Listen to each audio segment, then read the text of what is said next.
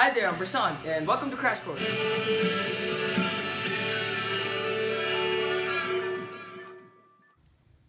Today we're going to be talking about the phenomenal pastoral civilization of Ascalia, whose inhabitants lived in an ice-filled valley surrounded by rocky mountains with gnarled pines and trees and access to a lake fed by melting snowcaps.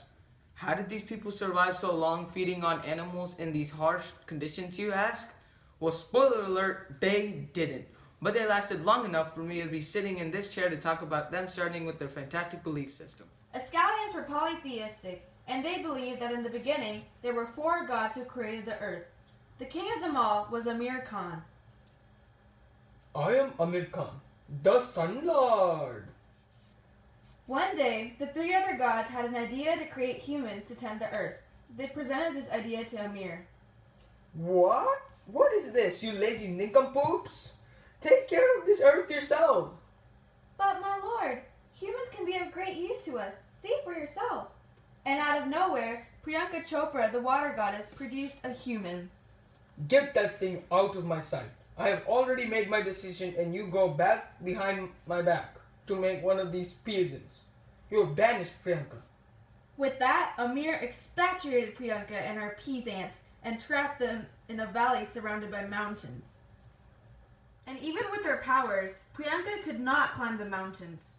So she created more humans to help her climb the heights. But immediately, Amir sent a heat wave over them, killing most of the humans. No!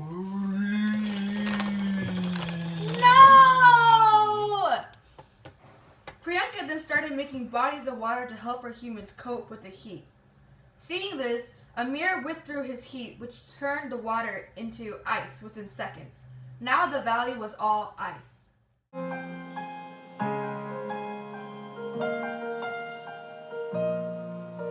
The snow glows white on the mountain tonight, not a footprint to be seen. A kingdom of isolation, and it looks like I'm the queen. Priyanka's humans were able to survive with the cold, but they were still suffering without the sun from Amir. Amir, please stop this. Don't punish the humans I've created. They did nothing to deserve this. It is I alone who deserve to be punished. Yes, Amir, show mercy. Alright. I will let the people live in peace in the frozen valley. But in exchange, I will need a sacrifice. Everything in life must have a balance. When new life is born into the world, another must give away. You can take my own life, but first make me a promise, O great Lord. Make me a promise that you will not let the innocent people die in blistering cold. You must visit them every day and give them the warmth they need to survive. I promise. Then, Amir placed a hand on Priyanka and turned her to stone. The other gods moved Priyanka's figure to the top of the mountains where her people could worship her sacrifice from below. After that day, the Sun Lord stayed true to his word and visited the people every day, giving them the warmth they needed to thrive. Like the Egyptians, Ascalians worshipped the sun to no end.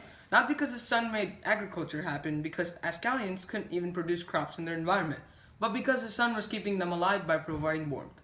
But along with the sun, Ascalians also found the water element, fish, and ice to be beneficial to their survival and believed in demigods who each represented these 3 elements.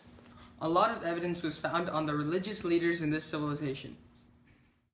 There were the Swangas, who were independent and tried to reach their gods in silent meditation. They would occasionally convert a few of the population into meditating with them, kind of like monks.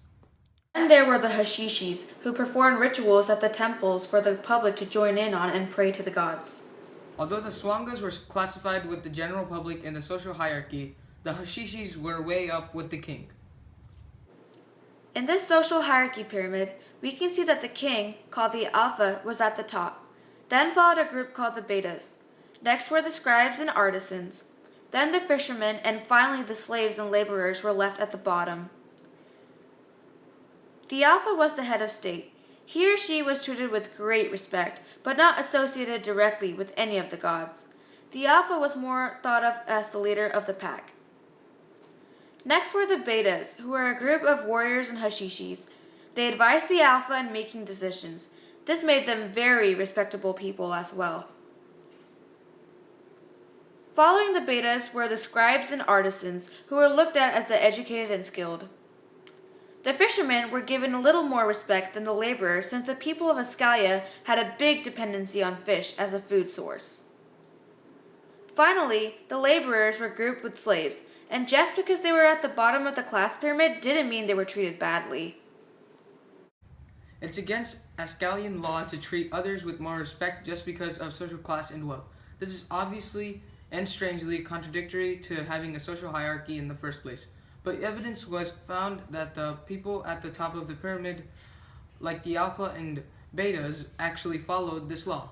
They treated commoners below their social status equally, but slaves were slightly discriminated because they were people who committed crime and had to be given consequences. Like this equality law, the Ascalian government had many other general laws that the population had to follow.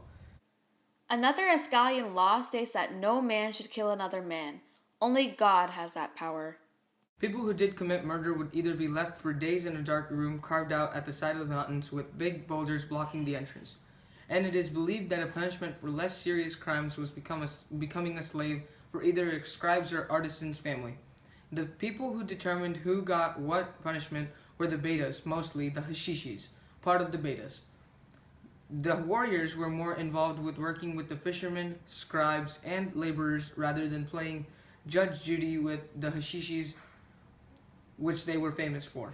The alpha had little decision in court, but he or she did have many other powers as head of state. Chosen as strongest warrior out of the whole population, the alpha made big decisions for the civilization as a whole. An example would be organizing food hunting parties with the warriors. Then the warriors will carry out these plans and hunt down large animals such as deer, elk, and even wolves. Artisans would then use unused animal parts and make woolly clothing that pretty much everyone needed, tools that laborers and fishermen used, and various forms of art.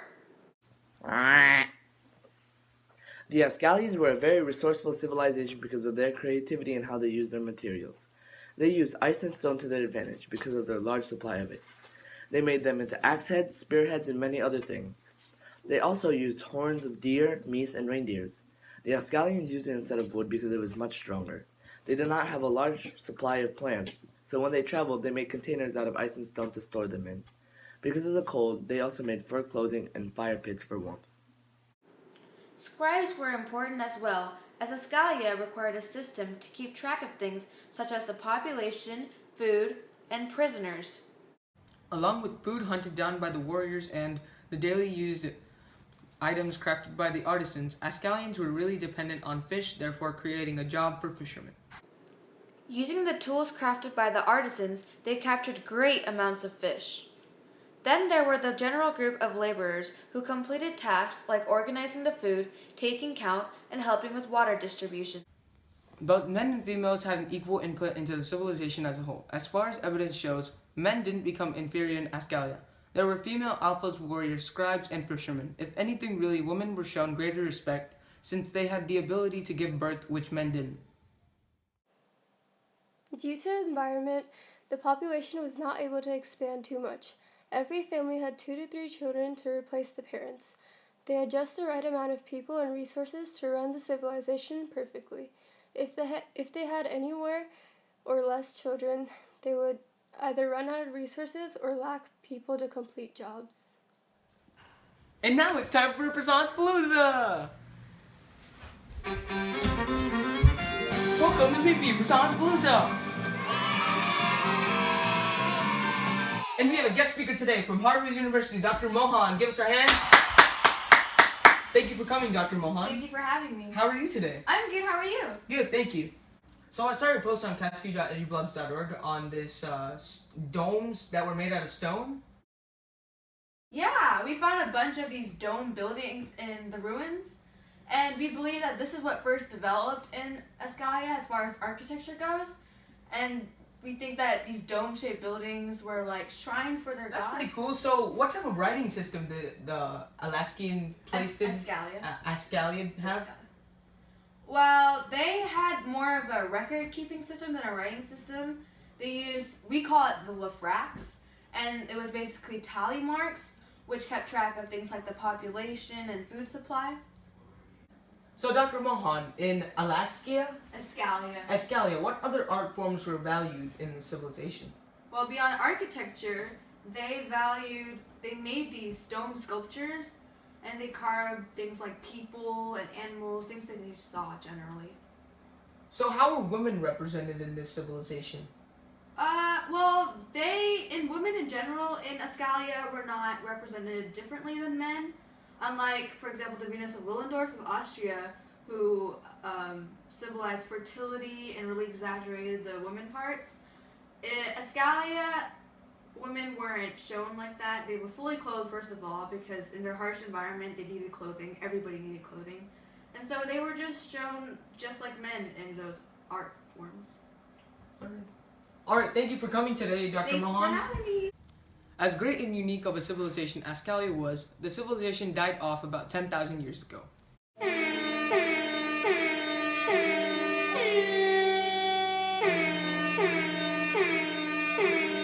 Historians believe that an extreme blizzard occurred and covered the whole civilization, killing all the people, but the rich culture remains a very interesting topic to study. I'm Prasanth, and this is Crash Course. Thank you. Peace.